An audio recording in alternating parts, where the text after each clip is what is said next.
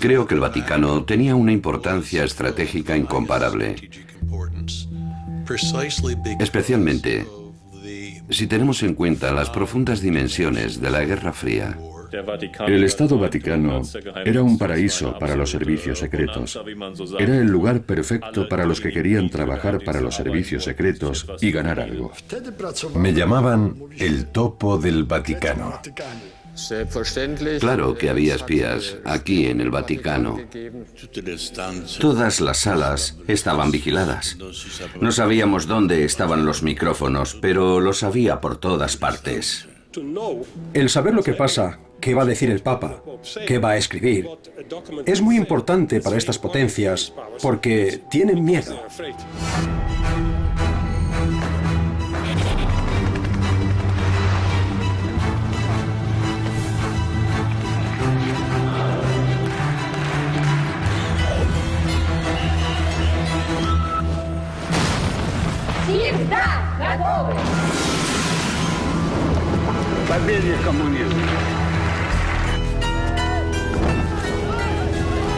They are the focus of evil in the modern world. Non abbiate paura.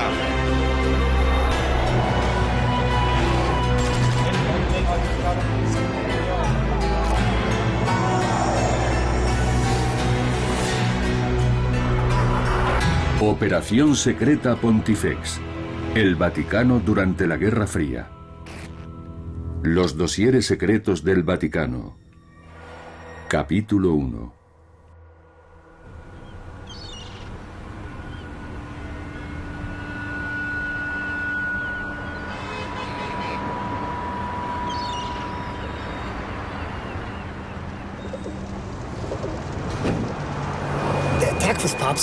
La jornada del Papa comenzaba muy temprano.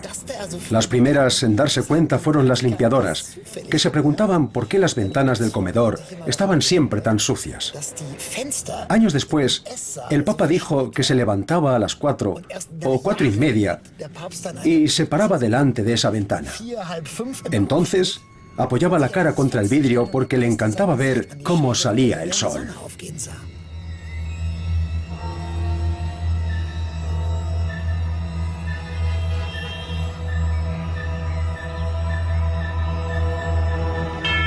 ...13 de mayo de 1981.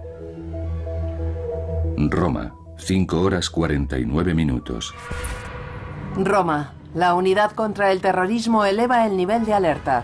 El aumento de los controles está destinado a encontrar a miembros de las Brigadas Rojas italianas y otros terroristas internacionales.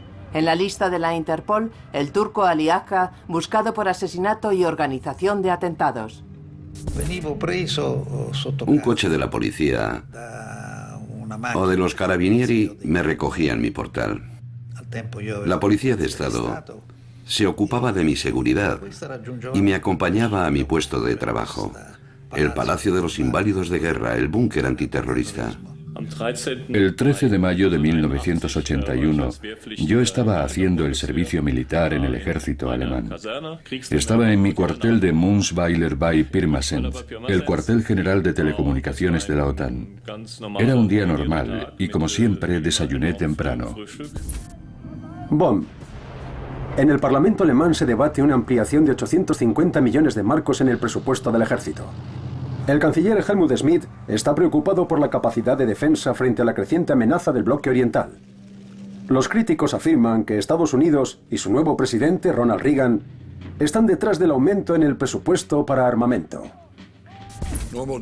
Mi jornada empezaba a las 6 de la mañana. Entré en la oficina, saludé a mis compañeros y preparé un resumen de la agenda del día para el presidente. Un día normal. Estaba preparando el examen final en el Colegio de los Jesuitas de París. Varsovia. Después de la legalización del nuevo sindicato Solidaridad, se espera una nueva ola de huelgas en Polonia. Corre el rumor de que se está preparando una huelga general para el verano. Muchos sacerdotes se solidarizan con los objetivos de los sindicatos libres. Sus oraciones se dirigen al Papa polaco.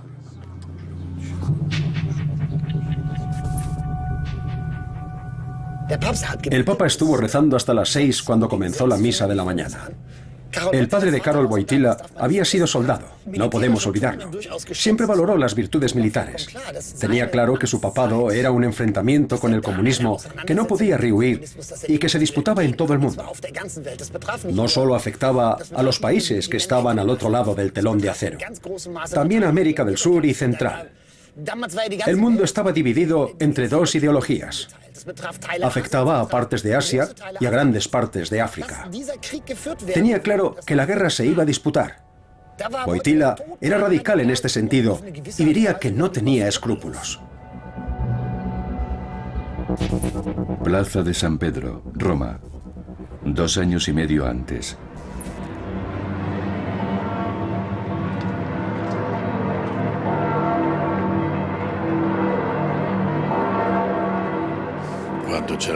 Cuando se vio el humo blanco, yo estaba en medio de la plaza. Estaba llena de gente. Habemus Papam. Entonces oímos el nombre. Karol. Cardinalem Wojtyła. Para mí ese momento fue... Estaba temblando. Temblando.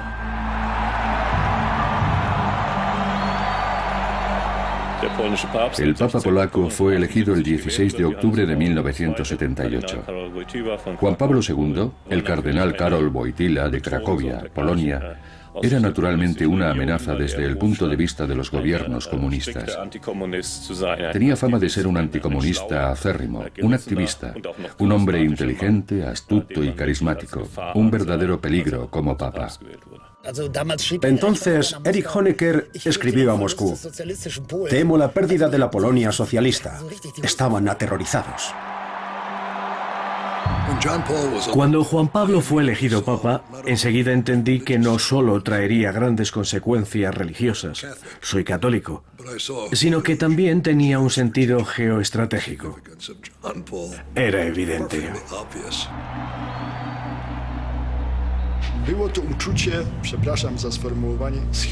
La elección me despertó sentimientos encontrados.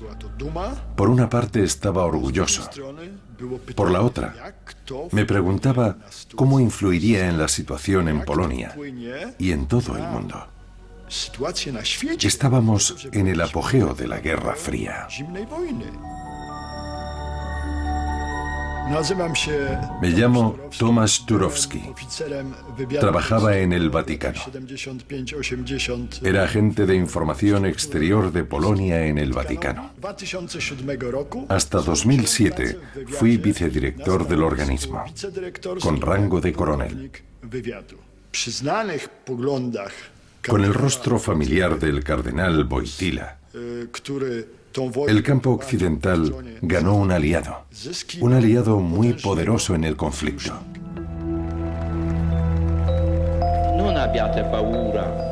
No temáis. Abrid de par en par las puertas a Cristo. No tengáis miedo. Por supuesto, tenían miedo. Estaban preocupados. Y puedo decir que la preocupación estaba justificada. Polonia era el país con mayor porcentaje de católicos de todo el bloque oriental. La Iglesia católica era muy fuerte en cuanto a número de fieles, de obispos, de sacerdotes, de parroquias. Solo por esa cantidad de personas, el servicio secreto del gobierno polaco debía ocuparse de la Iglesia. Desde el principio intentaron crear expedientes e informes sobre los obispos polacos para averiguar con cuáles se podía trabajar mejor y con cuáles sería más difícil, a quién había que presionar o controlar. Habríamos deseado que ese Wojtyła fuese 30 años más viejo. Es un cardenal agresivo y reaccionario. No nos ha salido bien. Teniendo en cuenta su juventud y dinamismo, vamos a tener que vérnoslas con él durante mucho tiempo. Tuvo siempre sus objetivos muy definidos y una voluntad de acero. No era un artista refinado. aunque muchos lo piensen. Karol Wojtyła era un guerrero, un luchador. No se explica de otra manera. No era un teólogo equilibrado. Era un hombre decidido. Creo que no tenía miedo de nada. De nada en absoluto. Desde el punto de vista del servicio de inteligencia polaco, Wojtyła era el obispo más astuto, carismático y peligroso de la Iglesia Católica en Polonia. Actuaba con gran inteligencia frente a los organismos estatales, pero también intentaba apoyar a la oposición de forma clandestina. Intentaba sobre todo atraer a los jóvenes, y era evidente que lo conseguía. Se había creado una masa de seguidores que no veían con buenos ojos el Estado polaco. Para el servicio secreto polaco era el obispo más problemático del país.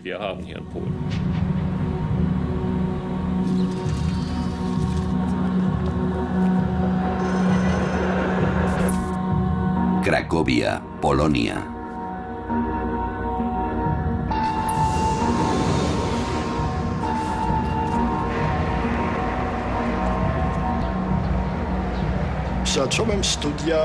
Yo estudié en la Universidad Jagiellónica de Cracovia, la más antigua de Polonia.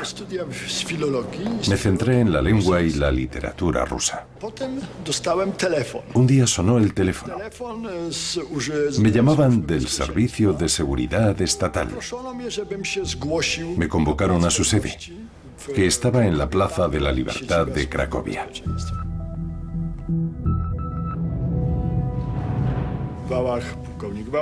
Un coronel me dijo en privado: tiene 24 horas para pensárselo. Lo hemos analizado psicológicamente y creo que está en condiciones de hacer algo bueno por Polonia. Le proponemos trabajar en el servicio de inteligencia exterior. El servicio al Estado siempre ha sido importante para mí. Toda mi vida hasta hoy. Cuando pasaron las 24 horas le dije: bien, estoy de acuerdo. En los últimos años se han encontrado en Varsovia documentos sobre los agentes que influían en el Vaticano, que en cierto modo responden a la pregunta de si había un espía polaco en el entorno del Papa Juan Pablo II. Había diferentes planes sobre mi futuro como agente secreto. Al principio se habló de Alemania, después de Israel. Al final tomaron la decisión de enviarme al Vaticano.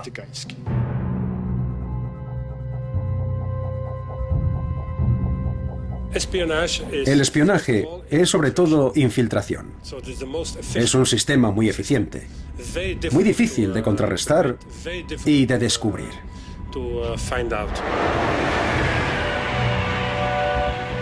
Intentaban infiltrarse enviando agentes secretos a los seminarios para formarse como sacerdotes. Me llamo Vic Van Brantegem. Trabajé durante 30 años para la Santa Sede. Me encargaba de cuestiones organizativas, logísticas y de seguridad cuando el Santo Padre viajaba por el mundo. Es muy sencillo. Meten a alguien en un seminario para que se haga sacerdote. Después lo envían a algún lugar y puede llegar a nuncio apostólico, incluso a cardenal. ¿Quién sabe? Al principio no hay forma de saberlo. Eso lo hacían en muchos países del bloque oriental.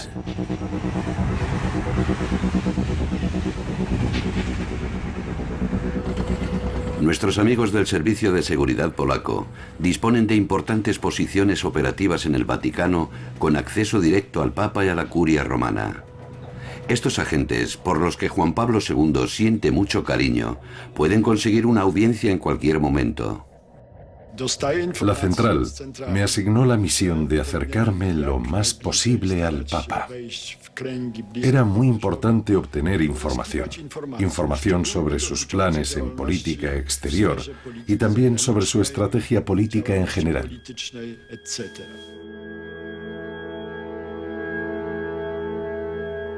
El servicio secreto polaco tenía una fuente muy valiosa en Turovsky, entonces jesuita en Roma. Conocía a Wojtyła antes de ser papa. Tras su elección, el valor del espía aumentó.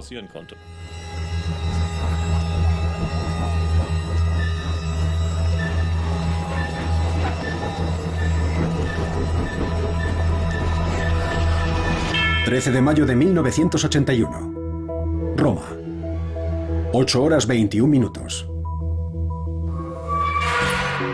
El tiempo en Roma. Hoy nos espera un hermoso día primaveral, con temperaturas de hasta 20 grados y una suave brisa. Es un día ideal para las actividades al aire libre. La audiencia del Papa Juan Pablo II se celebrará esta tarde en la Plaza de San Pedro.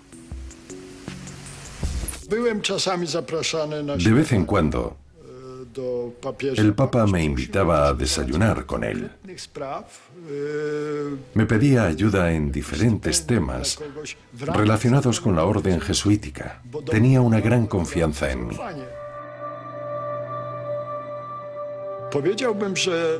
El desayuno con el Papa era casi ascético. Era un desayuno muy humilde. Queso fresco y un poco de embutido. Todo al estilo polaco. Pero el café era italiano. Siempre invitaba a gente a comer. Lo llamaba pastoral a la mesa. Le gustaba debatir los problemas mientras comía. Invitaba a todo el mundo. Todos se sentaban a la mesa, pero nadie se atrevía a comer. Los platos volvían llenos a la cocina. El Papa se sentaba, comía y escuchaba todo lo que sus invitados tenían que decir. También los introducía en la conversación. ¿Qué opina usted? Dígame su opinión. Después se iba al despacho y tomaba una decisión. Pero la última palabra la tenía él. También se ocupaba de la diplomacia. Los papas anteriores también le dedicaban tiempo. Pero Karol Wojtyła hacía política internacional desde las 8 hasta las 11. La hora de la primera audiencia. Me llamo Andreas English. Soy periodista en el Vaticano desde 1987. He escrito libros sobre la Iglesia Católica, el Vaticano y los papas. Hay una razón por la cual el Vaticano es tan interesante para los servicios secretos. El Vaticano está repartido por todo el mundo. No hay país, pueblo o ciudad en el que no tenga un representante. Por supuesto que queríamos acceder a la información del Vaticano. Hasta hoy, sigue siendo una de las mejores fuentes de información del mundo. Mejor que cualquier sistema de escucha. La Iglesia en su conjunto es una organización de espionaje, entre comillas. El Vaticano dispone de fuentes de información extraordinarias. Tiene fama de ser uno de los mejores servicios de inteligencia. ¿Por qué es así? Funciona de la siguiente manera. Cada párroco describe como mínimo 2 veces al año la situación de la comunidad. Informa sobre las personas más importantes, sobre la situación económica, la tendencia política y la situación en general. Cada párroco y cada diácono informa al obispo sobre lo que sucede en su ciudad. Los obispos contrastan la información y la entregan al embajador del Vaticano en el país, el nuncio. Los nuncios, a su vez, envían la información al Secretariado de Estado Central de Roma.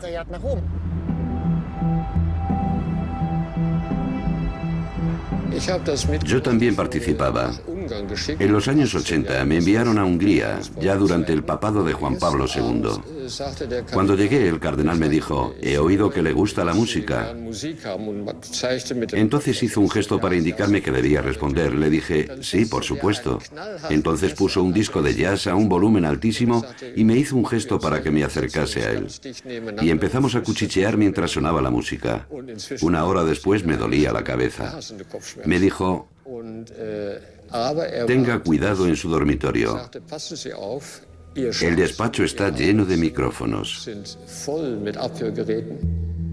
Me llamo Peter Gumpel. Fui profesor universitario en el Vaticano durante años. Antes de eso, fui juez durante 10 o 12 años. En 1983, el Papa Juan Pablo II me nombró juez instructor. Después de eso, me dijo que tendría que informarlo de una serie de cosas. Siguió hablando mientras sonaba la música. Yo apunté todo lo que quería decirle. Le pasé el papel. Después de leerlo, escribió y yo tenía que hablar. Todo eso para no dar la impresión de que nos estábamos comunicando en secreto. Por supuesto, tuve que memorizarlo todo.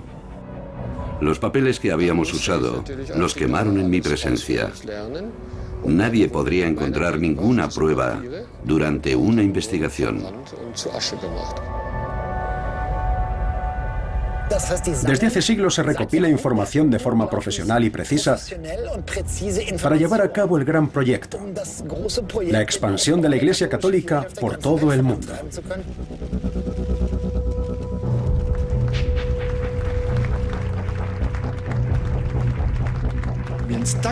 Ningún otro Estado dispone de una información tan detallada sobre la situación política, económica y social de todo el mundo como el Vaticano.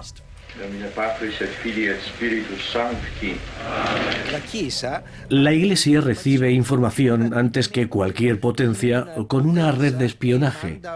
Una gran potencia puede enviar a 10, 15, 20 espías, pero la Iglesia cuenta con 100, 200 o 300 sacerdotes en los lugares más insospechados. ¿Qué servicio secreto en cualquier parte del mundo tiene acceso a una bandeja con platos tan sumamente deliciosos? Por eso, no solo el gobierno de la antigua República Popular de Polonia, sino también los gobiernos actuales de muchos estados intentan acceder a los secretos del Vaticano.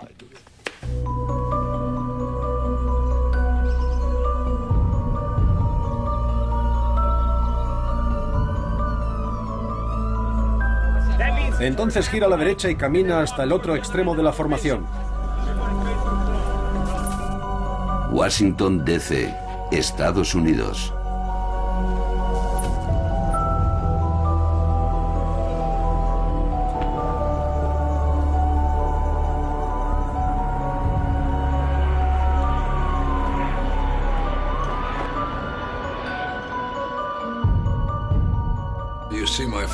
Aquí puede ver a mi familia y cómo va creciendo.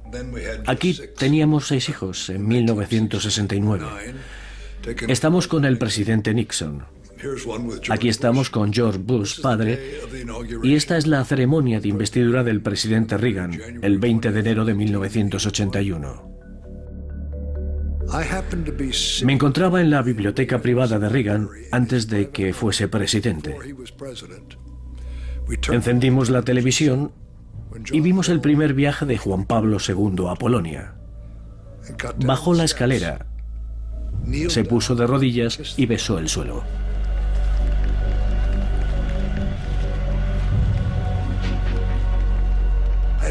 Yo soy católico y los ojos se me llenaron de lágrimas. Reagan también lloraba. Tuvo que secarse los ojos. Consideraba a Juan Pablo II un gran líder. Los dos habían sido actores y sabían cómo comunicar. Me llamo Richard Allen. Fui director de Seguridad Nacional de Estados Unidos durante el mandato de Reagan y estoy muy orgulloso de mi servicio. Estábamos en su despacho viendo la televisión cuando vimos al Papa bajar del avión y besar el suelo de Polonia. Le dije a Reagan, acabamos de ver un gran paso para ganar la Guerra Fría. Juan Pablo quería llevar al combate a todos los católicos de Europa Oriental. Su elección representó un paso de gigante a la hora de atraer a los católicos de Europa Oriental. Polonia, junio de 1979. Aquí vemos al Papa saludando a la multitud. Al igual que en las concentraciones de masas socialistas, el pueblo agita banderas adquiridas en las parroquias. Saludan así a Karol Wojtyła, a su papa. Para realizar ese viaje, Juan Pablo II tuvo que recurrir a trucos diplomáticos muy inteligentes. Pronto recibió una invitación y el gobierno polaco no se opuso. El mismo Brezhnev llamó al jefe de Estado polaco y prácticamente le exigió que impidiese el viaje, pero el gobierno polaco no se sintió capaz de hacerlo. Existía una gran desconfianza sobre si los polacos podían hacerse cargo de la situación.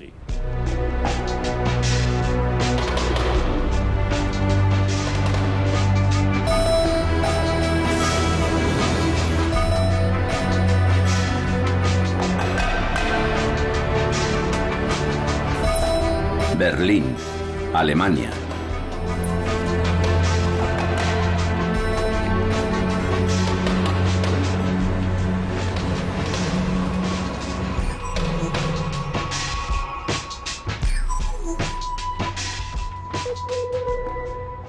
En esta sala del Alto Generalato del Ministerio de Seguridad Nacional se celebraban reuniones presididas por el general del Ejército Erich Mielke, ministro de Seguridad Nacional de la RDA. El tema del papado estaba probablemente en el orden del día tras la elección de Juan Pablo II y su visita al país vecino. Aquí tenemos un documento de 1979 en el que Mielke ordena vigilar las misas en toda la RDA y supervisar las autorizaciones para viajes de los católicos para evitar que la visita papal a Polonia se convirtiese en un imán para los católicos de la RDA. Me llamo Bernd Sefar, trabajo en el Centro Woodrow Wilson de Washington. Llevo años investigando el tema de la Iglesia Católica y la seguridad nacional en el Vaticano, la RDA y Polonia. El Servicio de Seguridad Nacional decidió excepcionalmente enviar a varios agentes de la Stasi a Polonia para formar el Grupo Operativo de Varsovia. No eran solo personal de enlace con el Servicio de Inteligencia polaco. Intentaron llevar a cabo actividades de inteligencia propias, desempeñar su propia política para luchar contra el virus polaco.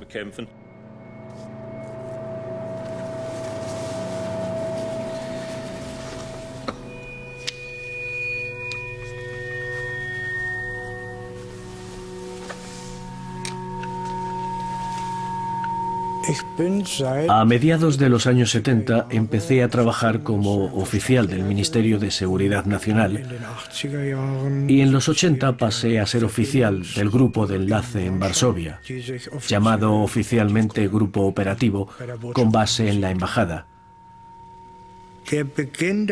La creación del grupo operativo fue un caos. Quiero decir que se trataba de una reacción un poco excesiva. No quiero decir pánico, pero era algo parecido. El grupo nació de forma apresurada porque los acontecimientos en Polonia también habían sido rápidos. La misión estaba clara. Había algo en llamas o incandescente en Polonia y no sabíamos de qué se trataba.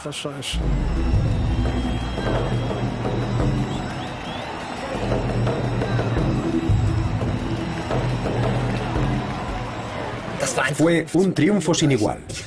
Yo le decía a mi esposa que las personas depresivas deberían participar en el viaje a Polonia con Karol Wojtyła. Allí había cientos de miles, millones de personas exultantes. Una misa con 2 millones de personas no es un acto político, pero sí tiene consecuencias políticas de gran calado. Cambiad el sistema. No lo decía con esas palabras, pero las expresiones y metáforas que utilizaba no permitían otra interpretación. Yo lo vi todo. Era impresionante. Desde los balcones se veía bien. La gente no podía ni moverse. Todo en esa primera visita era un ejemplo de lo que se nos venía encima. Tanto la Stasi como el KGB consideraban que la visita era desastrosa para la autoridad del Partido Comunista. El Kremlin lo identificó como una amenaza. Es fácil entender por qué. Y aún encima con un papa polaco. Normalmente, cuando hay manifestaciones o movimientos civiles no deseados en un país comunista, el protocolo es cortar todas las comunicaciones y aplastar la disidencia. Si el Papa Juan Pablo, comandante de los cruzados sirvientes del imperialismo, ese que se disfraza de líder religioso, lleva a cabo su proyecto de visitar Turquía, lo asesinaré. Solo por eso he escapado de la prisión.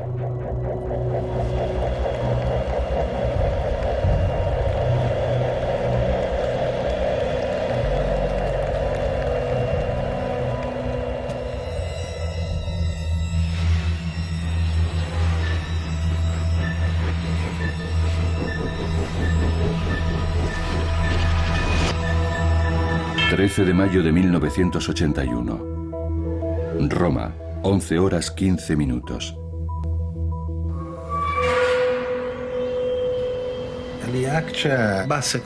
Creo que Ali Akka ya llevaba varios días en Roma. Se alojaba en Elisa, un hotel situado en la vía Cicerone, a 2 pasos de la Plaza Cavour. El hotel todavía existe y se ve bien desde vía Cicerone. Años después descubrimos que los registros en este hotel no eran muy precisos.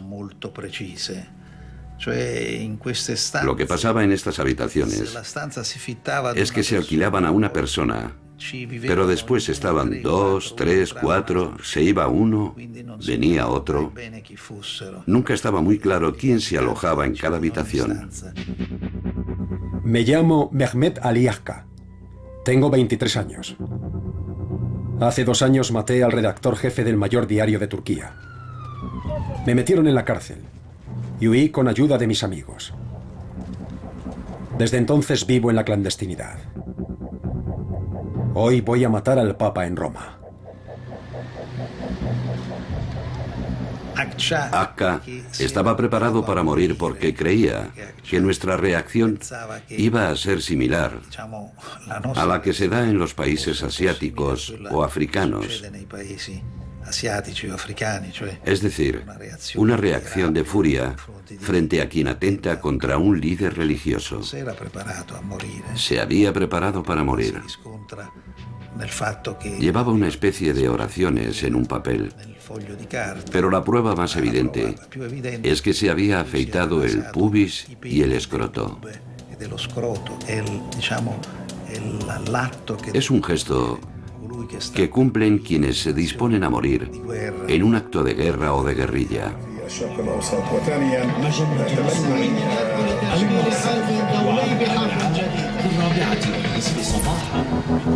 Kabul. Las tropas soviéticas preparan una nueva ofensiva en el valle de Panjshir, al noroeste de Afganistán. Oficialmente se trata del fin de la operación contra las fuerzas contrarrevolucionarias. Beirut. Al menos 19 personas han muerto en los recientes enfrentamientos en la capital libanesa. Otras 190 personas resultaron heridas en el combate entre las milicias pro-palestinas y cristianas. Se teme una escalada de violencia en la guerra civil que dura desde 1975.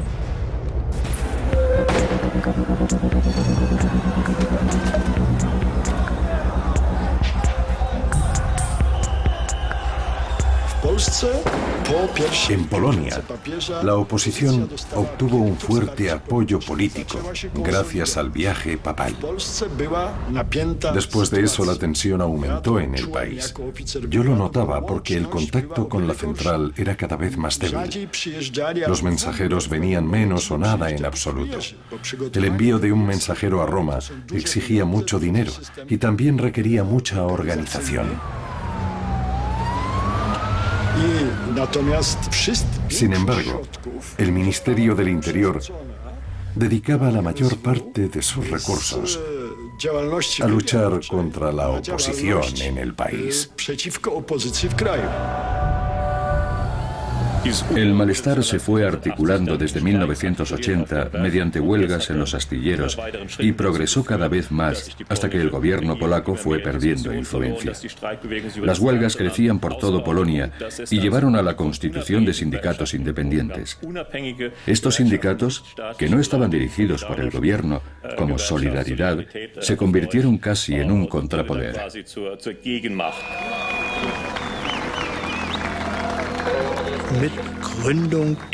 Con la fundación de Solidaridad y su reconocimiento como interlocutor, cambió la situación. A ojos de mis superiores, nació una nueva amenaza. Una amenaza muy poderosa. Ahí se planteó por primera vez la cuestión de la estabilidad de nuestro socialismo.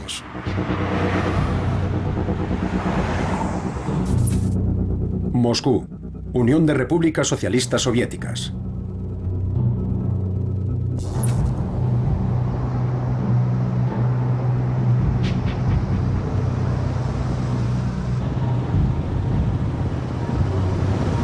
Yuri Andropov, jefe del KGB. Tengo la sensación, y los datos me apoyan, de que el gobierno polaco no ha comprendido la seriedad de la situación. Andrei Gromyko, ministro de Exteriores. No podemos perder Polonia, no podemos permitir una contrarrevolución. Leónidas Brezhnev, secretario general. Es evidente que hay una contrarrevolución en marcha en Polonia. Estaba claro que Polonia era el punto más débil del bloque oriental. Era una gran herida en el costado del Imperio Soviético. Enorme. ¿Por qué no aprovecharla? Claro que se aprovechó. Washington, D.C., 20 de enero de 1981.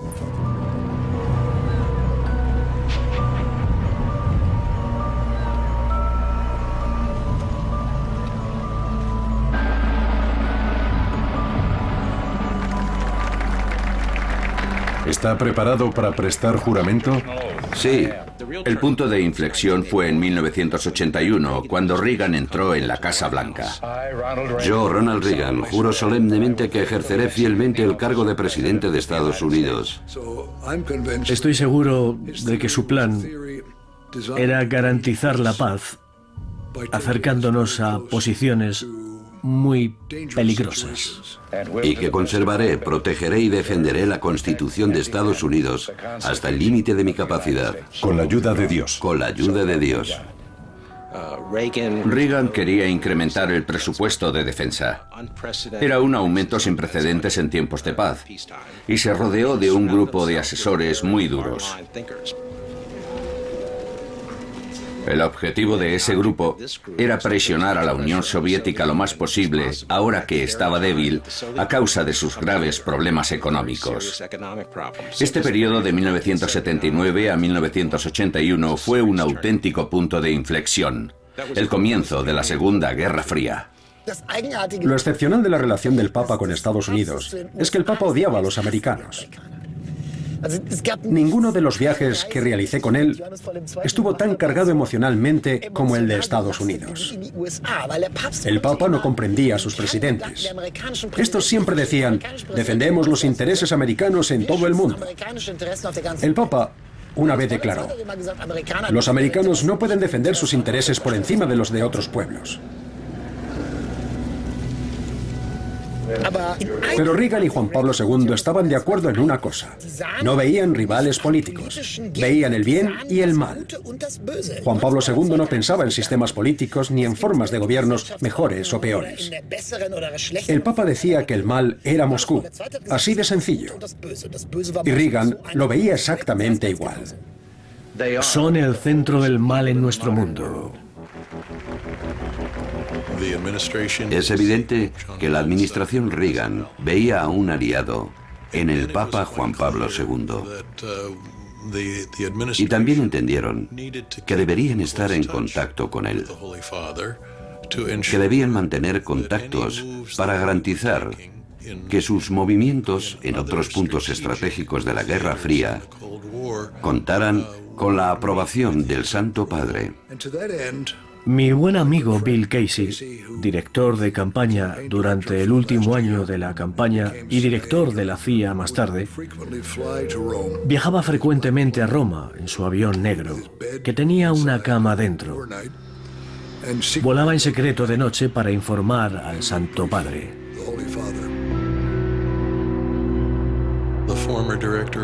El director de la CIA, William Casey, y el vicedirector, el general Vernon Walters, viajaban regularmente al Vaticano para informar al Santo Padre sobre la situación estratégica. Lo que aprendimos en la CIA era que William Casey, el director, quería agentes encubiertos en cualquier país en el que pudiese haber presencia soviética, para poder avergonzar o intimidar a la URSS de algún modo. Soy Melvin Goodman. Trabajé como analista en la CIA durante casi toda la primera parte de la Guerra Fría y como director del departamento encargado de la política exterior y seguridad de la Unión Soviética. Creo que el Papa hizo esfuerzos honestos para rebajar la tensión, pero no sirvió de nada.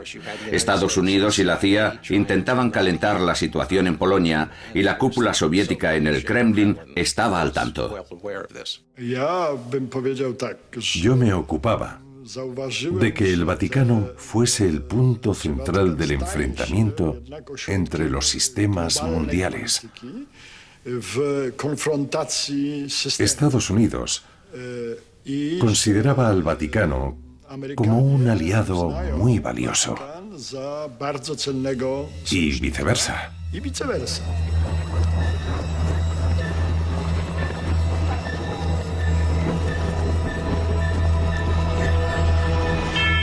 13 de mayo de 1981. Roma, 14 horas 31 minutos.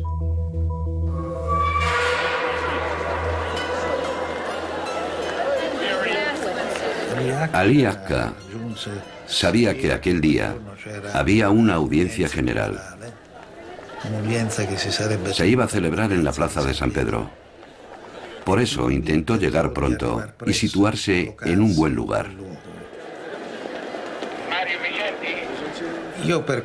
Creo que podemos decir con seguridad que no estaba solo en la plaza. Me llamo Rosario Priore.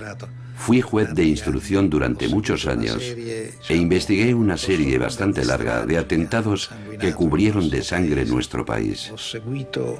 Procesé a extremistas de la derecha y de la izquierda.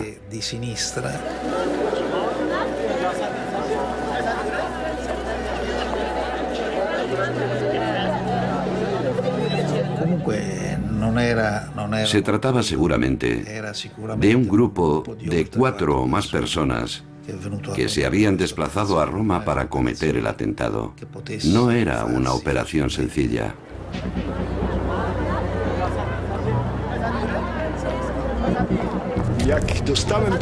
Entonces, recibí la misión de reunir toda la información disponible sobre las medidas de seguridad del Papa. Debía transmitirlas directamente al Vaticano y no enviarlas a la central de Varsovia bajo ningún concepto. Fue algo sorprendente. La orden tenía su explicación. La dirección del partido en Polonia sabía las consecuencias de un posible atentado. La dirección del partido sabía que si le pasaba algo al Papa, podía declararse una guerra civil en Polonia. El servicio secreto polaco reforzó la actividad de sus agentes, pero la dirección del partido envió mensajes contradictorios a otros líderes del bloque oriental. Y mientras los polacos reforzaban sus esfuerzos, los otros países socialistas, especialmente la Unión Soviética, desconfiaban cada vez más de ellos porque creían que no actuaban con la suficiente contundencia contra el Papa. No había confianza. Nadie se planteó en serio lo que sucedería si alguien hacía algo contra el Papa. ¿Cuál sería la posición de Polonia? ¿Se tomaría alguna medida? Creo que nadie quería pensar en serio sobre esto. En mi opinión, la consecuencia de todo esto fue una gran desconfianza de los otros servicios de seguridad socialistas frente a los servicios secretos polacos. En lo referente al Papa, no se podía confiar en los agentes polacos.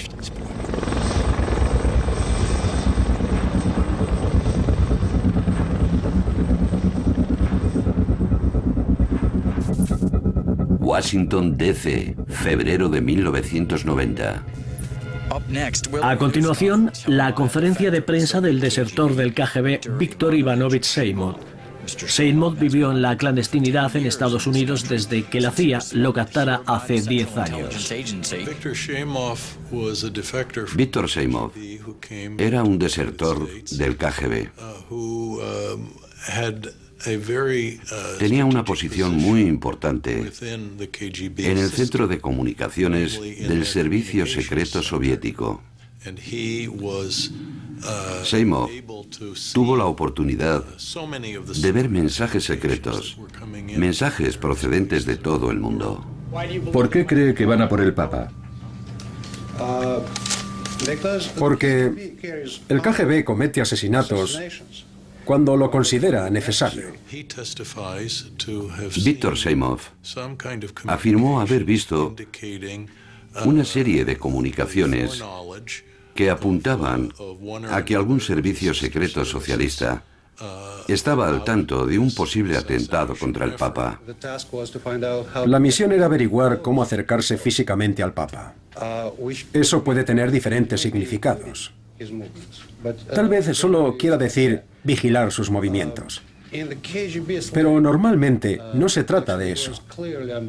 En la jerga del KGB, acercarse físicamente a una persona solo tiene un significado. ¿Y cuál es? ¿Perdón? Significa matar a esa persona.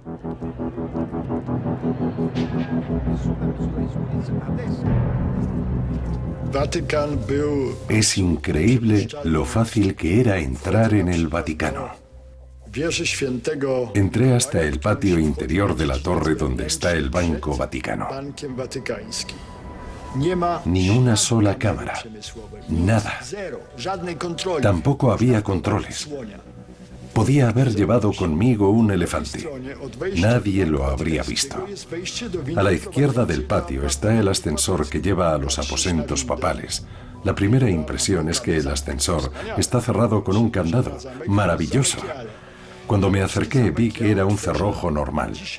Incluso hoy sería capaz de abrir un cerrojo como ese con un imperdible sin ningún problema. No había ninguna medida de seguridad práctica. En teoría, yo podría haberme metido en la residencia privada del Papa. En general, el Vaticano no está a la vanguardia en sistemas de defensa ni en esas cosas. No había ninguna medida de seguridad. Ahora, para entrar en la plaza de San Pedro hay un control. Se comprueba que no haya armas ni objetos peligrosos, es decir, hay un detector de metales. Son medidas de seguridad que antes no existían. Antes se entraba andando en la plaza sin ningún problema. Por ejemplo, en las audiencias, mientras recorrían la calle, se utilizaba un coche que iba abierto. A los lados, como mucho, se situaban 4 guardaespaldas. Eran agentes de seguridad que estaban demasiado alejados como para proteger con su cuerpo al Papa en caso de atentado. Cuando pasaba el Papa, la guardia suiza se arrodillaba con la alabarda en la mano y los gendarmes se inclinaban. No habían entendido que no tenían que mirar al Papa, sino a todos los demás que estaban en el otro lado. El coche estaba totalmente abierto. No tenía ni cristales blindados. Eran errores de principiante.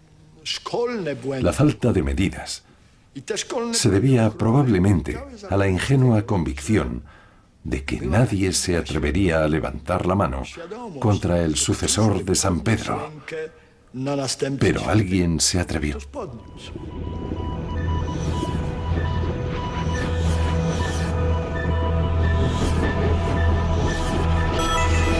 13 de mayo de 1981. Roma, 17 horas 7 minutos.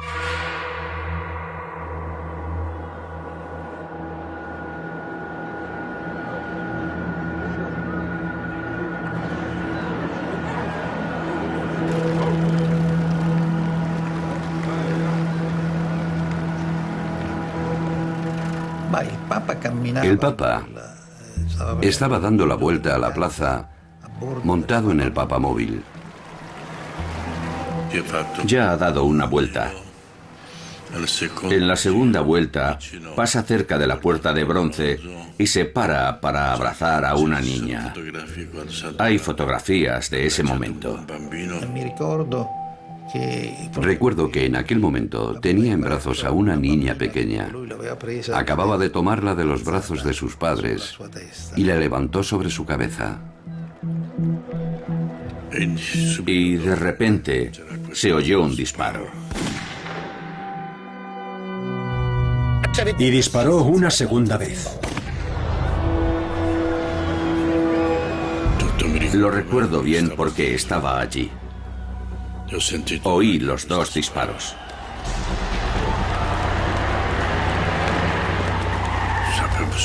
Me di cuenta de que le habían dado. Le pregunté dónde y me lo indicó. Le habían disparado en el estómago. Le pregunté si le dolía y me dijo mucho.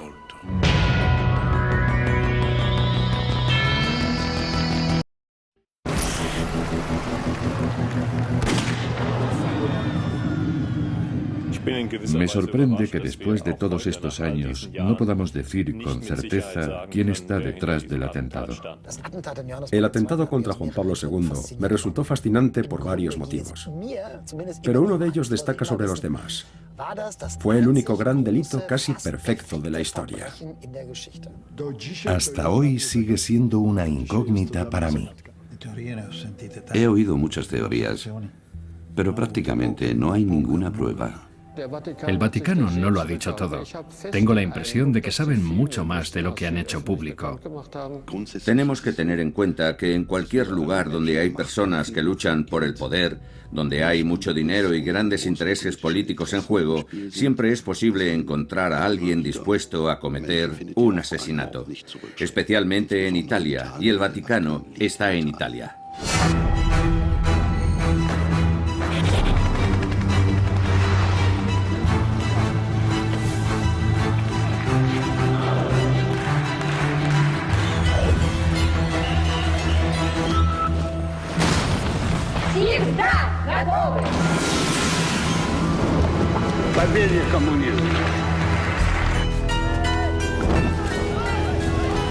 They are the focus of evil in the modern world. Non abbiate paura.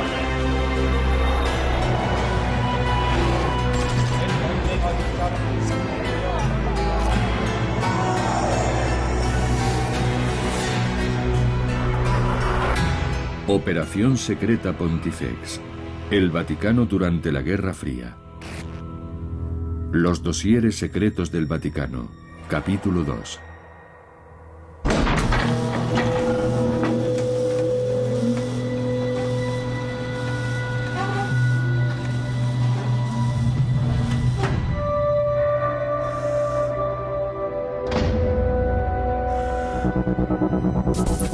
Roma, prisión de alta seguridad de Revivia.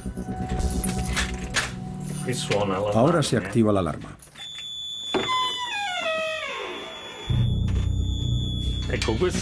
Este es el archivo del Tribunal Penal, que cuenta con 1 kilómetro lineal de documentos. Estos son los folios de procesos analizados en Roma desde 1951 hasta nuestros días. Aquí vemos, por ejemplo, las actas del proceso Moro. Estos son los documentos del proceso de la logia P2. En esta estantería, a partir del último estante, vemos los documentos del proceso sobre el sumo pontífice. En total, 84 archivadores con unas 100.000 páginas. Me llamo Paolo Musio y soy el responsable del archivo del Tribunal Penal. He seguido como funcionario todos los macroprocesos, desde finales de los años 70 hasta la actualidad. Estas son algunas fotos de cerca del momento del atentado contra el sumo pontífice. Aquí podemos ver la silueta de Ali Akka. Es esta persona de aquí. Tiene la pistola en la mano. La vemos de cerca. Aquí está. Aquí está el Papa y aquí el coche. Esta es la mano del terrorista con la pistola.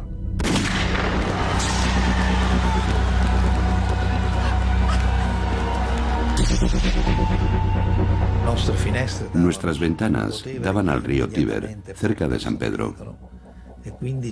Nos dimos cuenta de que la multitud intentaba llegar a la basílica. Las calles estaban sumidas en el caos.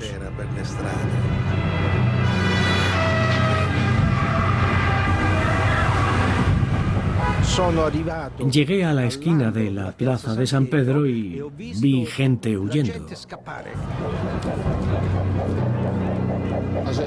Yo iba de camino al Secretariado de Estado para una reunión oficial y entonces vi que la gente intentaba salir de la plaza de San Pedro. Estaban aterrorizados. Querían escapar. Aquí hay imágenes de algunas personas que huyeron.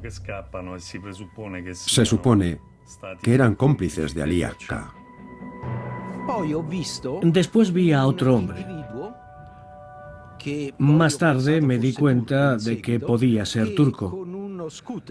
Ese hombre, que pasó huyendo en una Vespa, se metió en dirección prohibida por una calle de por aquí atrás. Me sorprendió mucho. Por el amor de Dios, ¿qué ha pasado? Vi a un agente de policía y le pregunté qué había pasado. Han disparado al Papa.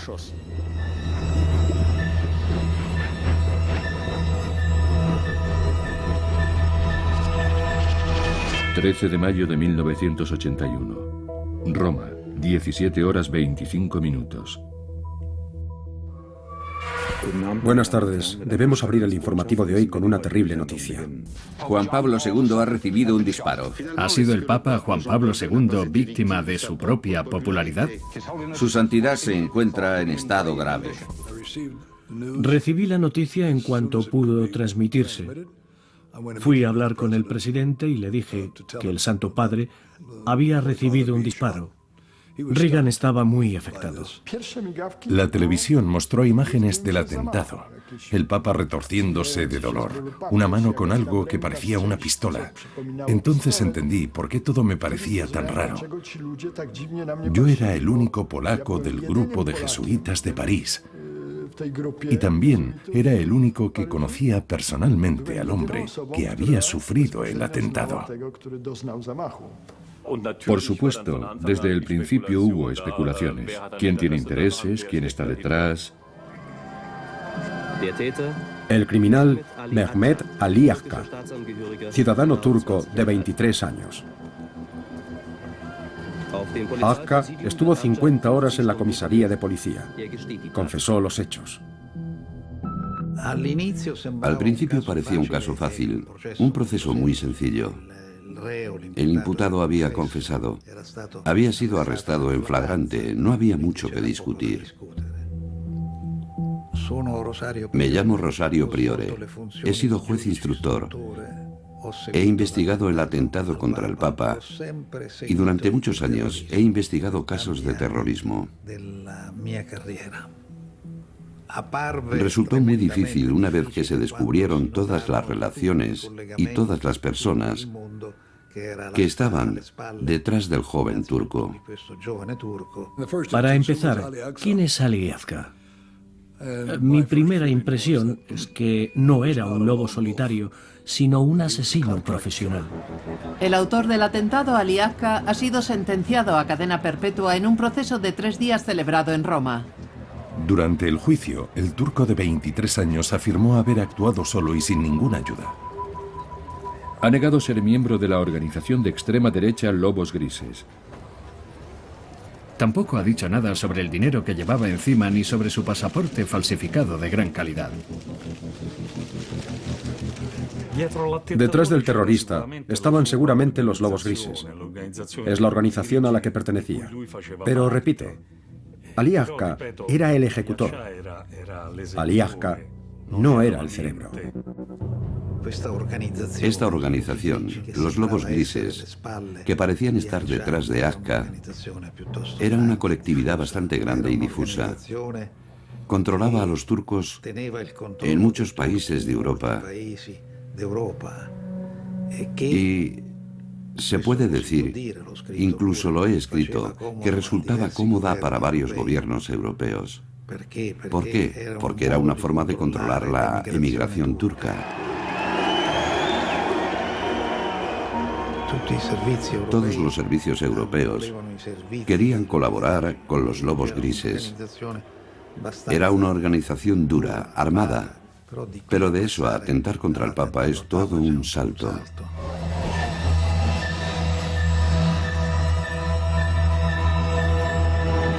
...13 de mayo de 1981... Roma, 19 horas. La noche del atentado fue probablemente la más absurda de la historia del Vaticano. En primer lugar, se cometieron muchos errores. El Papa recibió un disparo y se lo llevaron al Vaticano. Al Vaticano, que solo tenía una ambulancia con la luz de emergencia estropeada. La primera ambulancia no funcionaba. Tuvimos que buscar otra. La segunda no tenía sirena.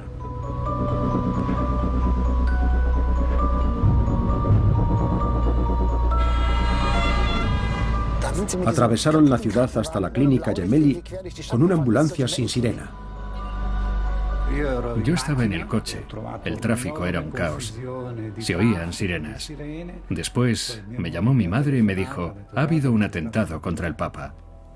Estuvo consciente durante una parte del recorrido. Le oíamos rezar. Cuando llegaron a la clínica, media hora más tarde, estaba claro que el Papa no iba a sobrevivir.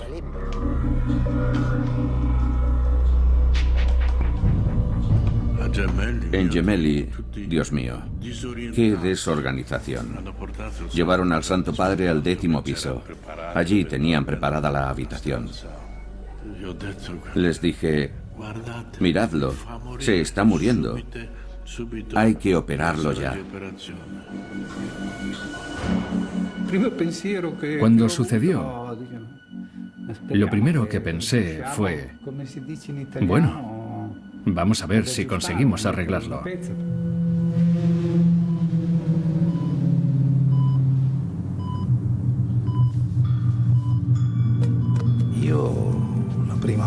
Cuando vi a Yazka por primera vez, ya habían pasado varios meses.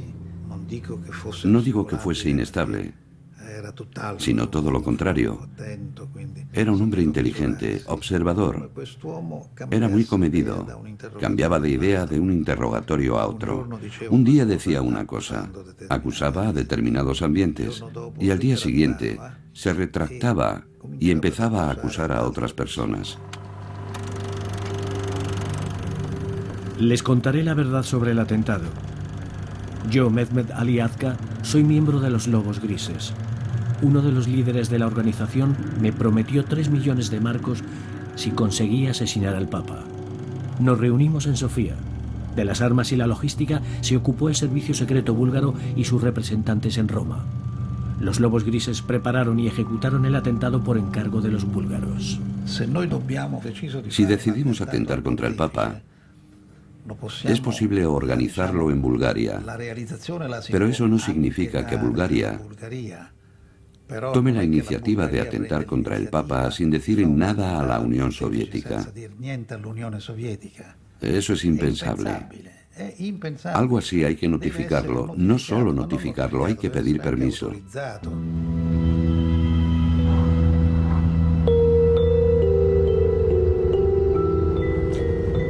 Esta es Vila Abamelec. El cuartel general de los soviéticos estaba a menos de 1 kilómetro en línea recta del Vaticano. Vamos a ver la puerta principal vigilada por soldados. Detrás está la entrada del cuartel general soviético, en la época de Karol Wojtyla. Por aquí pasaban los cables de los espías. Probablemente aquí se planearon los detalles del atentado. Creo que es totalmente lógico que los soviéticos hicieran esto. Es lógico y plausible. En mi opinión, lleva la firma del KGB. Estaba claro para personas como Bill Casey de la CIA y para otros conservadores que querían vincular a la Unión Soviética con el intento de atentado contra el Papa. No tenían datos suficientes para hacerlo, aunque Casey nunca abandonó. El 25 de noviembre de 1982, Sergei Antonov, representante de la aerolínea búlgara Balkan, fue detenido en Roma. 18 meses después del atentado del neofascista turco Ali Akka, Antonov y los búlgaros Aivasov y Aisilev fueron acusados de cómplices y organizadores del atentado. Al principio todos creímos la pista búlgara. Por otra parte, yo, aunque era el más joven de los jueces, era el que más antigüedad tenía, por lo que estaba obligado a firmar las órdenes de captura. Todas las órdenes contra los búlgaros llevan mi firma. En la CIA teníamos fuentes muy fiables en Bulgaria y sabíamos que la conexión búlgara no era real. Lo más importante que recibimos fueron advertencias de la Unión Soviética, del KGB y el GRU, de que se estaba conspirando contra el Papa, sobre todo en círculos como los Lobos Grises en Turquía y organizaciones terroristas francesas. Querían que los búlgaros se mantuviesen al margen.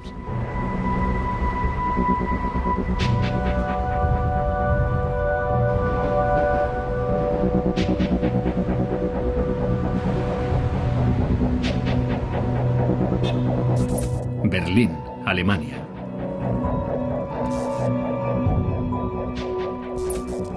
Los italianos sospechaban que Akka colaboraba con los búlgaros y encarcelaron durante años al director de una aerolínea búlgara en Roma. Además, difundieron la teoría de la participación búlgara. Los búlgaros se dirigieron al Ministerio de Seguridad Nacional de la RDA para que lanzasen una campaña de desinformación que inclinase la sospecha hacia los lobos grises.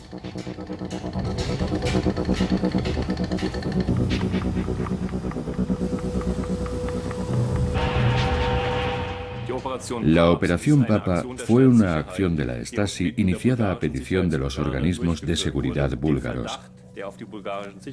Pidieron orientar las sospechas sobre la responsabilidad del atentado contra el Papa hacia la organización de extrema derecha turca denominada Lobos Grises. El autor del atentado, Ali Akka, tenía relación con los Lobos Grises, pero también había estado en Bulgaria antes del atentado. Yo fui el que encontró la correspondencia entre el ministro de Interior de Sofía y la Stasi. El ministro Stoyanov pedía ayuda a sus aliados de la Alemania democrática. Les pedía ayuda porque los consideraba justamente más capaces que los búlgaros. La Stasi accedió a ayudar a los búlgaros a inclinar las sospechas en esa dirección, y estos agradecieron más tarde esa ayuda fraternal. Se hicieron muchísimas campañas de desinformación, todas con origen en la Europa Oriental. Creo que estaban organizadas principalmente por la Stasi. Hay que decir también que en los documentos de la RDA se habla de la Operación Papa para ayudar a los búlgaros a salir limpios de toda sospecha. Pero no se dice quién fue el verdadero culpable. Los documentos evitan toda mención al autor del atentado. E incluso los búlgaros dicen solamente, no hemos sido nosotros. Pero no dicen quién fue el culpable. La gran incógnita que sigue sin resolver es qué dicen los documentos del KGB. Seguimos sin tener acceso a esa documentación. ¿Y los documentos de la CIA? No sabemos.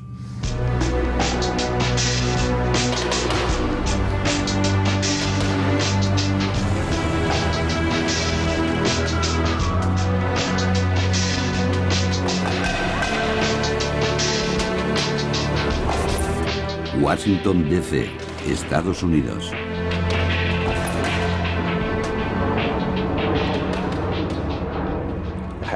Yo estaba en otra oficina y vi un documento en la mesa que me pareció interesante. Entonces me lo llevé y lo copié. Era un boceto del informe sobre el complot contra el Papa. 3 analistas trabajaban en secreto. Es el informe que acabó llegando a Bob Gates, que era director de inteligencia. Otras 6 o 7 copias fueron para el presidente, el vicepresidente, el secretario de Estado, el consejero de Seguridad Nacional y tal vez otras 2 personas. Ahí comenzó la campaña para intentar vincular la Unión Soviética con el atentado, la famosa conexión búlgara. Soy Melvin Goodman. Trabajé como analista en la CIA durante casi toda la primera parte de la Guerra Fría. Fui director del departamento encargado de la política exterior y de seguridad de la Unión Soviética. Eso es claramente una operación de propaganda de la CIA. Está basada en un solo informe, sin cooperación, de una fuente búlgara de tercera mano, con apoyo del GRU, no del KGB. No hay pruebas directas, ni informes de primera mano.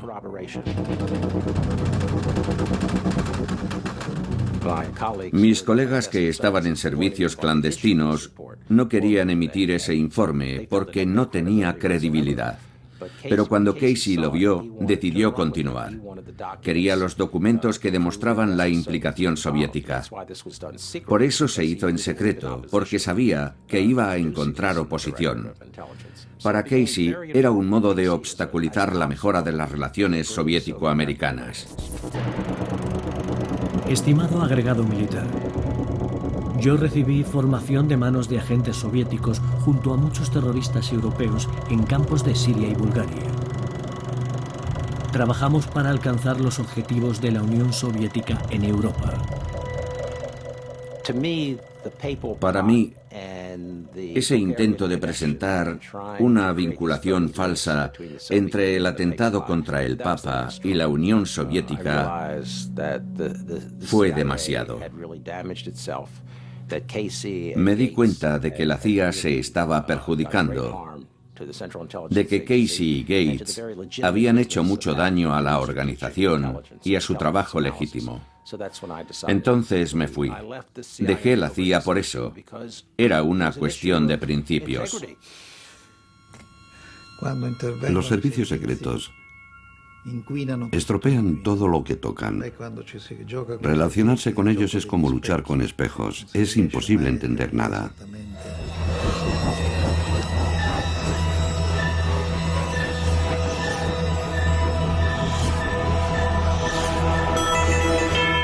...13 de mayo de 1981... Roma... ...21 horas 7 minutos...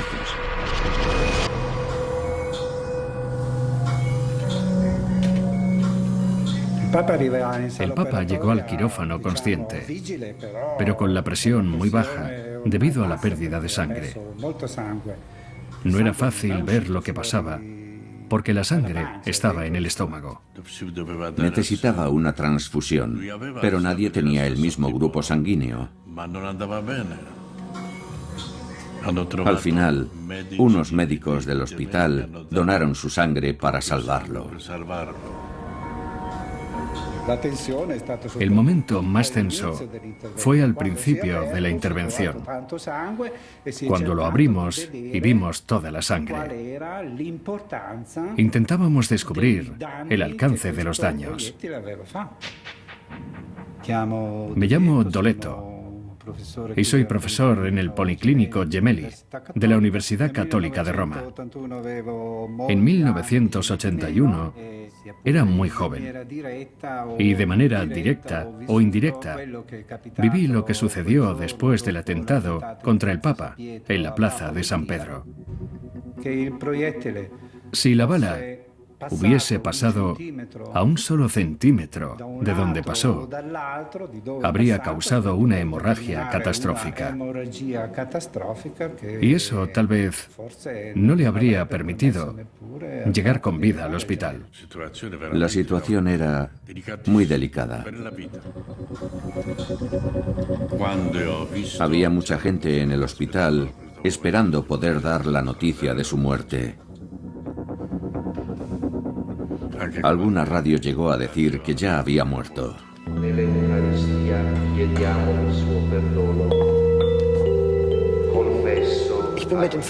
Llegué a la iglesia en bicicleta y me sorprendió ver a tanta gente. Estaban arrodillados en los bancos, rezando. Yo también me arrodillé y pensé, ojalá sobreviva a esta noche. Recuerdo que recé. Fui a mi oficina y recé. Para mí habría sido una gran pérdida, no solo perder a un papa por asesinato, sino todo lo que Juan Pablo representaba para la Guerra Fría. La pérdida de ese símbolo habría significado mucho más.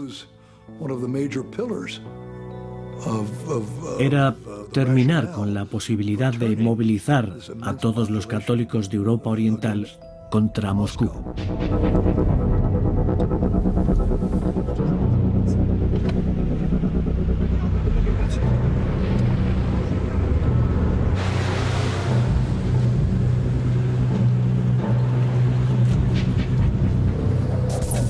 Polonia, 13 de diciembre de 1981. Recuerdo muy bien el 13 de diciembre de 1981. Era domingo. Mi turno de cámara en la televisión polaca empezaba a las 10. Antes fui a dar un paseo con mi hijo de 4 años por el centro de Cracovia. De repente, una señora se acercó a mí y gritó: han declarado la ley marcial. Me llamo Piotr Augustinek. Trabajaba de cámara en la televisión pública polaca. En los años 80, fotografié y grabé en secreto varios eventos de la oposición en Polonia. Reinaba el caos. La televisión y la radio estaban bloqueadas. Los teléfonos no funcionaban. Solo se podía ver y oír una cosa: el discurso del general Jaruzelski. Ciudadanos de Polonia, con total seriedad, asumo la responsabilidad en este momento dramático de la historia de Polonia. Tras la declaración de la ley marcial, el sindicato Solidaridad llamó a la huelga en la mayor fábrica de acero. Acudí allí para hacer fotografías y escondí la cámara en una caja de fideos en la que recorté un agujero para el objetivo.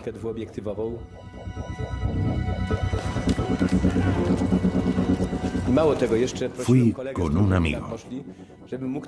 Me escondí detrás de él para así poder hacer fotos en secreto.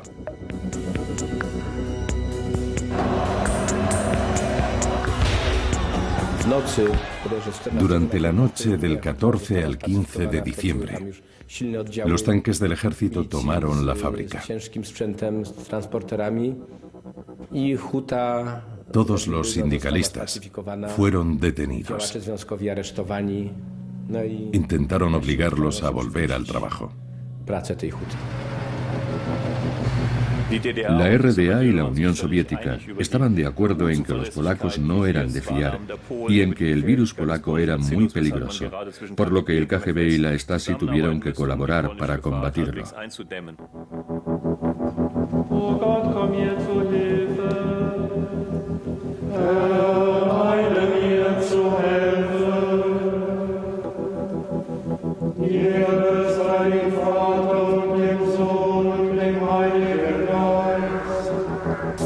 Treveris, Alemania.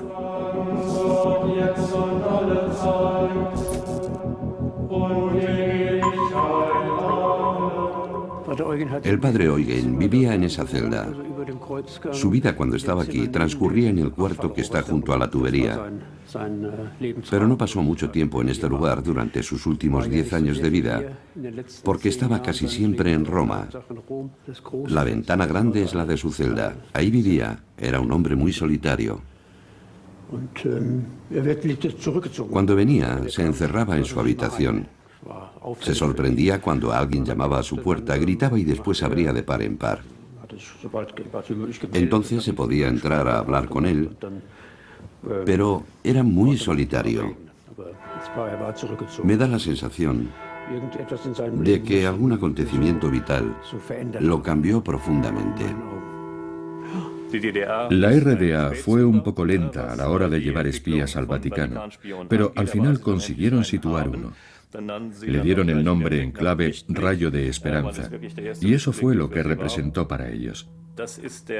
El benedictino Eugen Bramertz era un alemán occidental que dio clases de religión en Treveris durante los años 50 y que fue captado por la Stasi.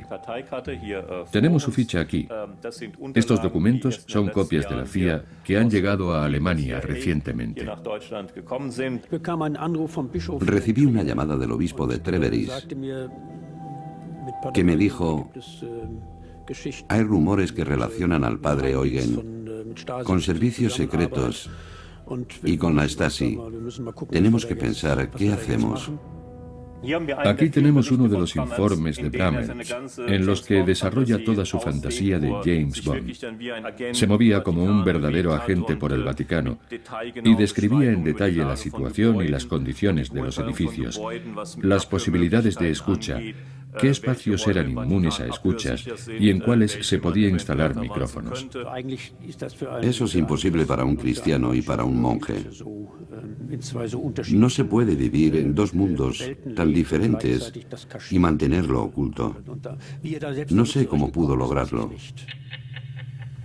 Bramertz consiguió un puesto en el Vaticano, en la edición en alemán del periódico del Vaticano L'Osservatore Romano. Creo que fue en 1974 cuando empezó a publicarse la versión en alemán, el medio de comunicación oficial del Vaticano. Probablemente Bramertz no se sentía muy realizado por ese trabajo, pero ya que estaba en Roma y que tenía muchos contactos, pudo prestar sus servicios como agente de inteligencia y averiguar todo lo que la Stasi quería saber. Una tercera parte de los miembros de la Asociación de Prensa Extranjera de Italia presentes en Roma eran en realidad espías. Principalmente pertenecían al campo soviético, pero también había espías árabes y de otros países. Me llamaban el topo del Vaticano. Pero en realidad nunca trabajé en el Vaticano, sino más bien al otro lado de la calle. Me ocupaba más de la radio vaticana. Me llamo Tomasz Turowski. En 1975 me infiltré en el Vaticano como agente del servicio de inteligencia polaco, camuflado como jesuita. Permanecí en ese servicio hasta el año 2007 como vicedirector con rango de coronel. Dimos a entender a los jesuitas que yo ya había trabajado como periodista en Polonia. Así que me asignaron a la sección en polaco y en ruso de la radio vaticana. Todas las publicaciones de la orden estaban encantadas. Les parecía muy bien que el padre Tomasz Turowski, que trabajaba como periodista, fuese un buen amigo del Papa.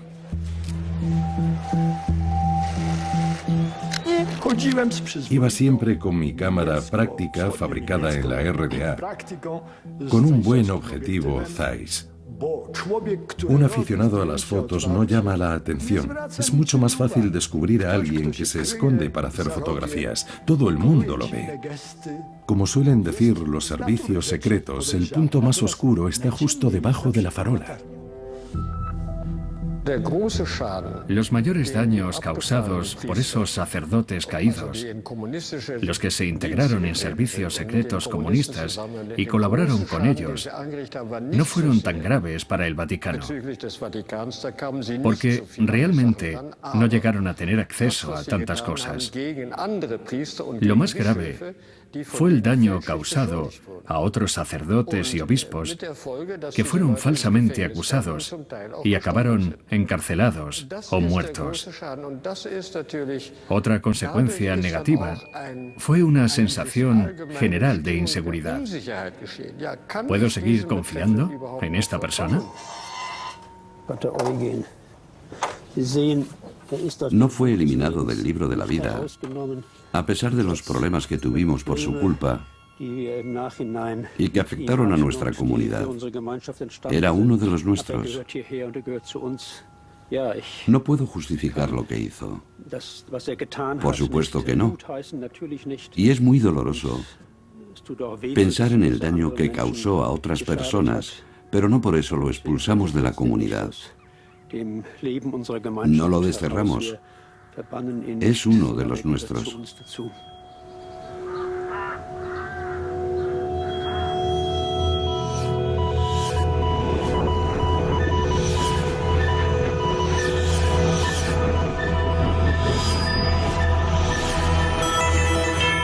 ...13 de mayo de 1981... Roma, 23 horas 47 minutos...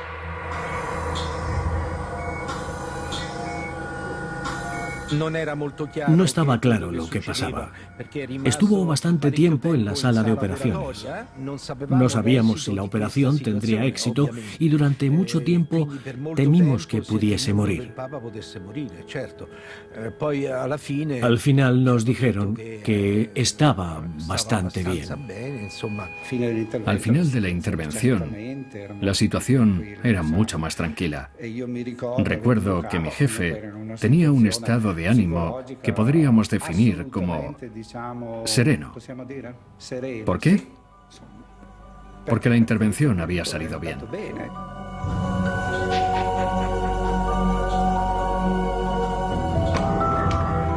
Cuando Karol Wojtyła despertó, el doctor le dijo: Santidad, parece que ha ocurrido un milagro. La bala ha descrito curvas en el interior de su cuerpo, como si estuviese evitando los órganos vitales. Por eso el Papa estaba convencido de que era un milagro. Sí que se podría definir como un milagro. Si no, podemos decir que tuvo mucha suerte. Creo que esa noche fue decisiva por un aspecto fundamental. Karol Wojtyła siguió muchos años más en el trono de San Pedro y pudo apoyar a los polacos en los momentos decisivos entre el año 1981 y 1989. Además, quedó muy claro que muchas organizaciones se habían infiltrado al otro lado del telón de acero.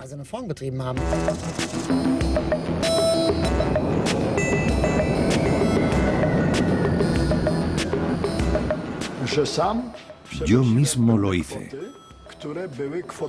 Llevé a Polonia importantes sumas de dinero. Un dinero que procedía de cuentas cercanas al Vaticano. Eran importantes sumas de dinero destinadas a la oposición. Varsovia. Se calcula que hay más de 1.600 periódicos clandestinos en Polonia impresos con maquinaria que se introduce de contrabando en el país. En este aspecto podemos hablar de una implicación cada vez mayor del Vaticano. Los medios económicos para estas actividades procedían de la Iglesia o de otras organizaciones.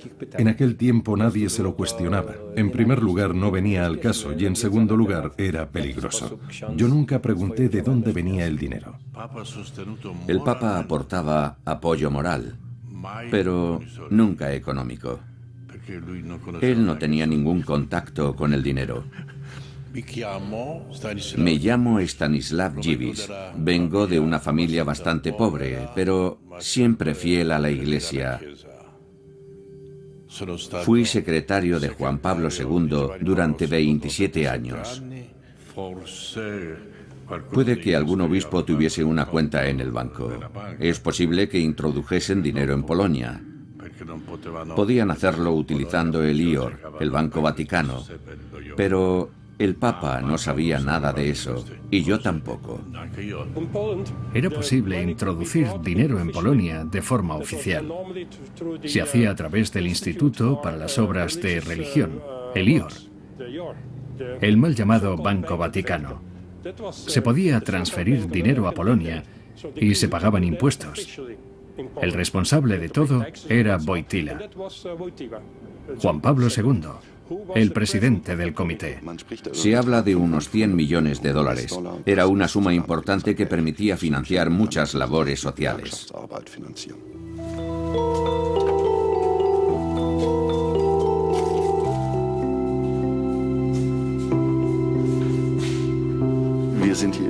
Nos encontramos en una iglesia profanada o desconsagrada que ya no se utiliza como iglesia. Podríamos pensar que es algo excepcional, pero en realidad no lo es. Con cada nuevo escándalo de abusos o de cualquier otra cosa que llegue desde el Vaticano, más gente abandona la iglesia. Me llamo Fidelius Smith, soy redactor de la revista Der Spiegel y autor del libro La Caja Negra de Dios sobre el Banco Vaticano. Sirvió como base para las investigaciones realizadas en el Vaticano. El Banco Vaticano tiene una ventaja para los que quieren ocultar algo. En primer lugar, está considerado como un inversor absolutamente limpio en todo el mundo, porque viene del Vaticano. En segundo lugar, opera desde un Estado soberano, la Ciudad del Vaticano, donde no hay ninguna ley que le prohíba hacer nada. Además, no colabora con los tribunales del resto del mundo. Al investigar asuntos graves, se atrincheran tras el concepto de la soberanía de los estados. Hasta el día de hoy, se escudan en que ciertas demandas y solicitudes afectan a la soberanía nacional. Por eso no podemos hacer nada. Juan Pablo II, en mi opinión, entendió muy bien que para tener la influencia que quería necesitaba dinero. Y para eso tenía el Banco Vaticano, que debía poder actuar con toda la autonomía posible. Por otra parte, el Banco Vaticano ofrecía la posibilidad de enviar dinero al otro lado del telón de acero o a estados afectados por un embargo. Era evidente que quería perjudicar a los comunistas en su Polonia natal y así lo hizo.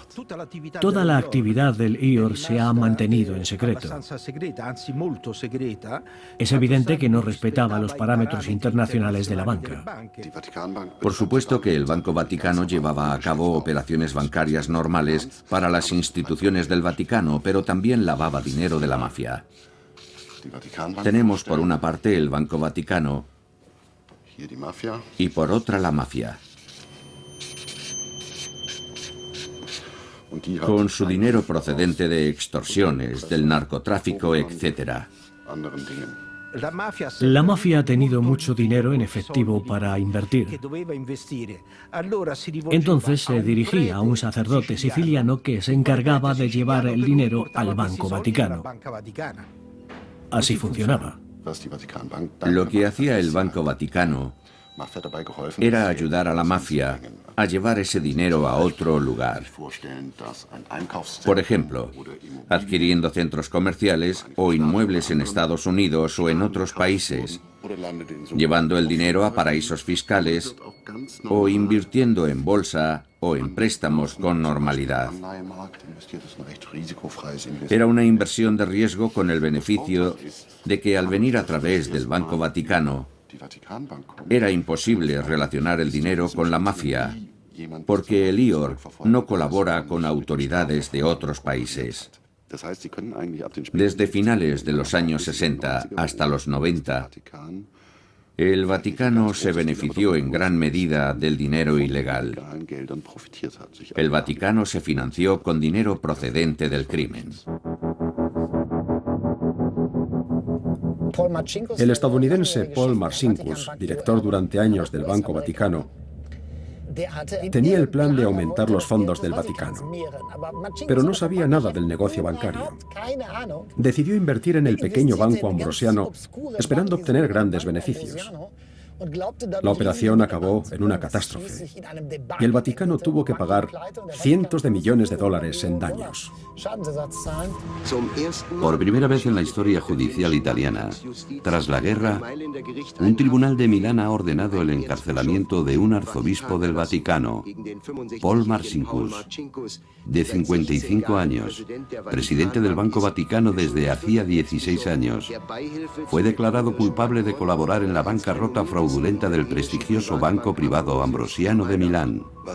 Lo llamativo del escándalo del Banco Vaticano es que jueces, policías y abogados perdieron la vida en cuestión de semanas o meses. Y no murieron en circunstancias sospechosas. Murieron tiroteados en plena calle, a la salida de su cafetería habitual o destrozados por las bombas. El dinero no tiene moral ni amigos. Tal vez la mafia estuviese implicada, puesto que perdió grandes cantidades de dinero en el escándalo del Ambrosiano. Una de las causas del atentado puede ser simplemente que el Vaticano operaba con grandes cantidades de dinero procedente de organizaciones criminales. Eso dijo la Fiscalía. Nadie conoce la verdad sobre este caso. O tal vez alguien la conozca, pero tenga miedo de hacerla pública. Solo el Vaticano sabe toda la verdad. Y hay pruebas concretas. Cuando analicé el suceso más tarde, llegué a la conclusión de que el atentado estuvo plagado de errores, como si no fuera profesional, o no fuera totalmente en serio. ¿Y si era una última advertencia y no un intento de asesinato del Papa? No hay ninguna prueba. Sin embargo, yo sigo creyendo que es posible que la financiación ilegal emprendida por Paul Marcinkus podría haber sido uno de los motivos. Pero también sigo creyendo que el atentado en sí, las armas del IACA y toda la ejecución fueron cosas solo de los soviéticos. Creo personalmente que detrás del atentado había fuerzas religiosas islámicas, así como intereses políticos soviéticos.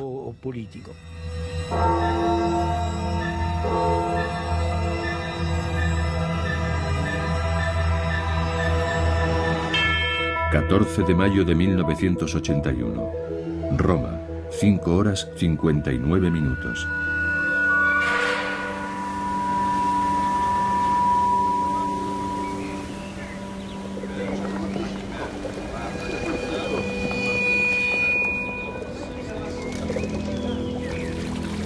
El Papa se recuperó muy rápido de la operación. 15 días después del atentado, pudo salir del hospital y volver al Vaticano. El Papa estaba convencido de que se había salvado por la intervención divina, lo que le dio más fuerza y convicción. Juan Pablo II no tenía ninguna duda de que Dios quería que se enfrentase a los comunistas. La supervivencia del Papa y su capacidad para seguir trabajando tuvo una gran importancia histórica. Su consideración dentro y fuera de la Iglesia aumentó por haber salido casi indemne de un atentado tan grave. Y tuvo un gran papel en la historia de su Polonia natal. Sin Juan Pablo II no habría existido Solidaridad ni todo el movimiento de oposición al comunismo de los años 80. Sin ese Papa, ni yo ni muchos otros polacos habríamos tenido fuerza para sobrevivir a esos duros años. ¿Qué habría pasado sin el Santo Padre en Europa Oriental? Supongo que represión y... bueno, no lo sé.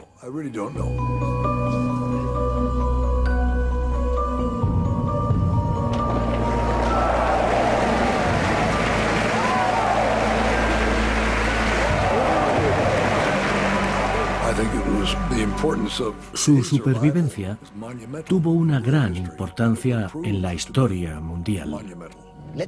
Al final, Juan Pablo II ganó esa gran batalla que comenzó tras su elección en 1978. Fue un vencedor, uno de los pocos papas, o tal vez el único de los 264 que había habido, en ganar una guerra sin derramamiento de sangre.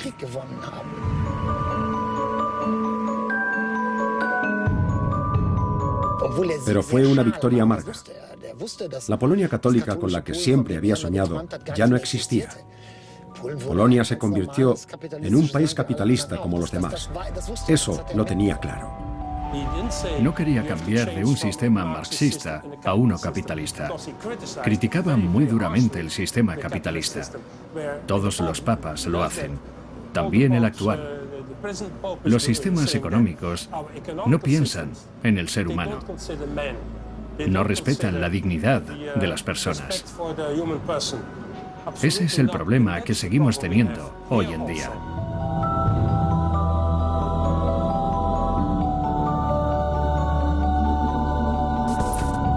Roma, prisión de alta seguridad de Revivia, 1983. El 27 de diciembre, el Papa fue a visitar a Aliatka. Después de saludarse, se sentaron. El Papa empezó a hablar y se grabaron algunas frases. ¿Cómo está? ¿Cómo se sintió? Y cosas por el estilo. Después el Papa miró hacia atrás, se giró y dio la espalda a la cámara. A partir de ahí no se oye nada. El Papa actuó de forma muy fraternal con él. Pero nunca he oído que Aliatka pidiese perdón al Santo Padre.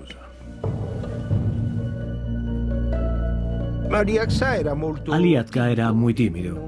No daba la impresión de querer saber nada más. Era el Papa el que quería saber, pero en realidad no averiguó muchas cosas. ¿Qué pruebas debemos buscar? ¿Cuáles? ¿Quién le dio el arma? Es importante saber quién le dio la pistola. Pero Akka ya ha dicho de todo. Me han armado los comunistas. Me han armado los anticomunistas.